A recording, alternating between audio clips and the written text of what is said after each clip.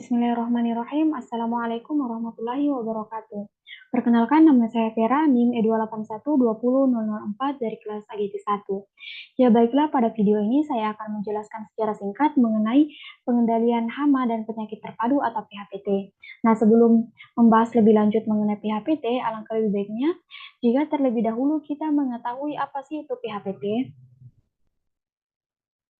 Ya, jadi dalam Undang-Undang Nomor 12 Tahun 1992 mengenai sistem budidaya tanaman dijelaskan bahwa PHPT merupakan teknologi pengendalian hama dan penyakit yang pendekatannya berdasarkan ekosistem yang dalam keadaan lingkungan tertentu dengan mengusahakan pengintegrasian berbagai taktik pengendalian yang kompatibel satu sama lain, sehingga populasi hama maupun patogen dapat dipertahankan di bawah jumlah ekonomis yang tidak merugikan. Nah, ada 4 prinsip PHPT yang dapat diterapkan. Yang pertama yaitu budidaya tanaman sehat.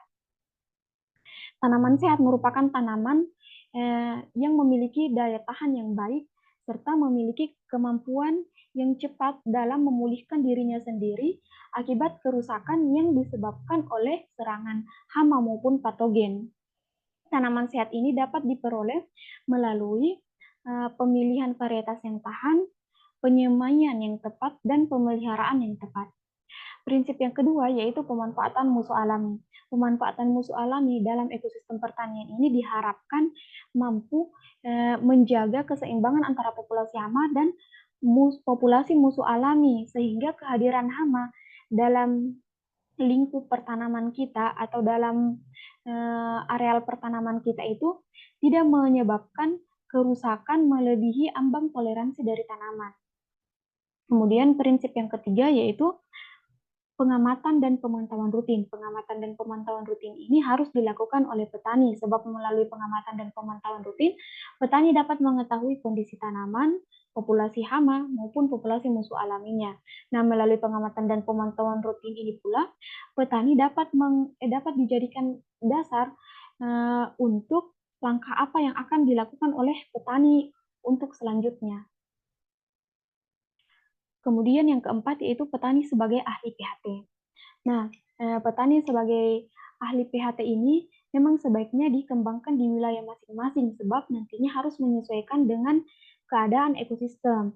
Nah, agar petani mampu mengembangkan PHT atau PHPT di wilayahnya masing-masing, maka setiap petani harus proaktif dalam mempelajari konsep PHPT.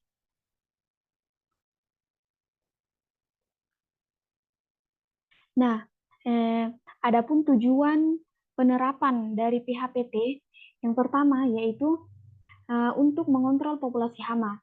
Kemudian yang kedua itu untuk meminimalisir penggunaan pestisida kimia. Yang ketiga untuk meningkatkan kualitas dan kuantitas hasil pertanian. Dan yang keempat yaitu melestarikan lingkungan hidup dan tentunya sekaligus untuk meningkatkan kesejahteraan petani. Menurut Triono dan Suyarjo 2020, penerapan PHPT dapat dicapai melalui 2 tindakan. Yang pertama yaitu tindakan preventif dan yang kedua itu tindakan kuratif. Untuk tindakan preventif sendiri, yang pertama dapat dilakukan melalui rotasi tanaman dan pemilihan tanaman yang tahan. Nah, rotasi tanaman ini tujuannya yaitu untuk memutus siklus hidup patogen. Hal ini dapat terjadi karena bergantinya tanaman inang ke tanaman yang bukan merupakan inang dari patogen. Sebagai contoh misalnya cabai. Ya. Cabai, seperti yang kita ketahui, penyakit yang paling sering kita temukan pada tanaman cabai yaitu penyakit layu fusarium yang disebabkan oleh jamur Fusarium oxysporum, di mana jamur ini tidak menyerang tanaman kacang-kacangan. Jadi biasanya lahan yang telah kita gunakan untuk menanam cabai itu menyisahkan spora dari jamur Fusarium oxysporum,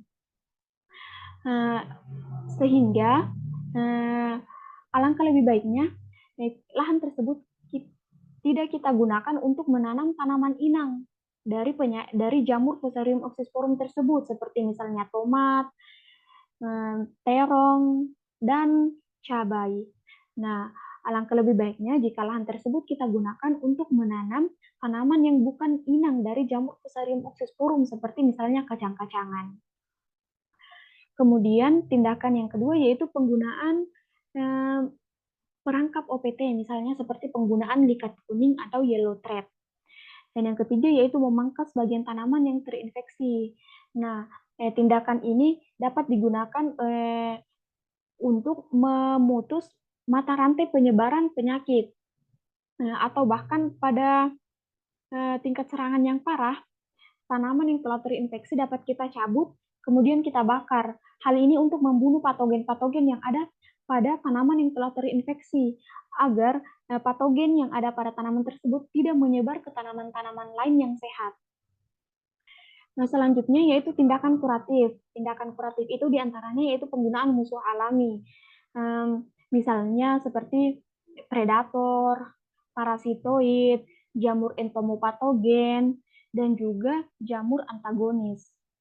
Kemudian yang kedua itu penggunaan pestisida hayati, misalnya seperti penggunaan ekstrak rintang jahe, ekstrak daun sirsak, ekstrak daun kelor, dan ekstrak daun kerinyu sebagai pestisida nabati.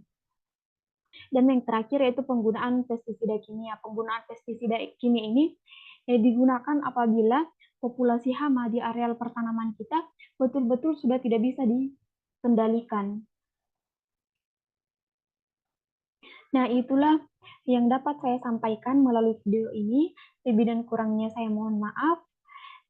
Sekian dari saya. Wassalamualaikum warahmatullahi wabarakatuh.